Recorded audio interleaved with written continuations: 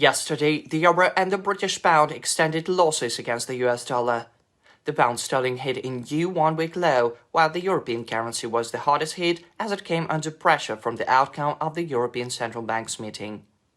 The regulator left the key interest rate and the deposit facility rates steady at 4.5% and 4% respectively.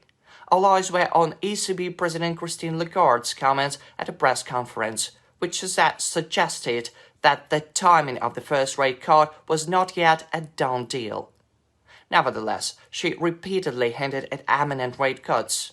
Moreover, the head of the central bank noted that some ECB members were already in favor of a rate cut at yesterday's meeting. However, given that there is still a considerable risk of inflation reaccelerating, policymakers agreed to leave interest rates unchanged. In doing so, Christine Lagarde signaled growing confidence about a rate cut in June.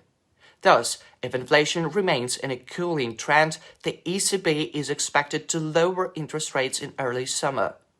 Against this background, the euro nosedived, allowing the US dollar to extend its gains. Before we get into technical analysis, let's take a look at today's macroeconomic calendar.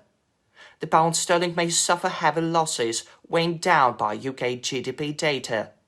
Monthly gross domestic product is estimated to have increased by 0.1% in February, following a 0.3% gain in January.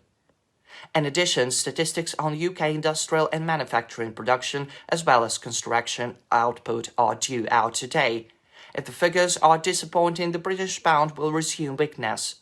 Traders should also pay attention to German inflation, which is seen rising by 0.4% in March, matching February's increase.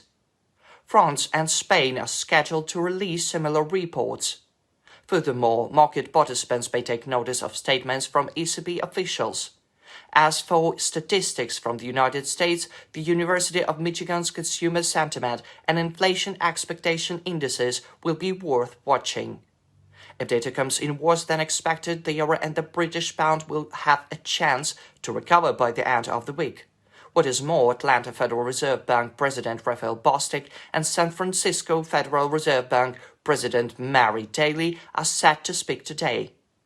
Given the current economic environment, policymakers are unlikely to take a softer monetary policy stance and drag the greenback down. Now let's move on technical analysis. According to the 1-hour chart EUR USD, the level of 1.0701 serves as a new 1 week and 1 month low. A false breakout of this mark will create a buy signal, with the euro climbing to 1.0728 as a part of the bullish correction. If bulls regain control of this level, the European currency is expected to jump to 1.0754. In this case, the pound will get stuck in a sideways range for the rest of the week. At the levels of 0.754 and 0.728, I recommend going short on a false breakout. If the price breaks below 0.701 and tested from the bottom up, a sell signal will be generated.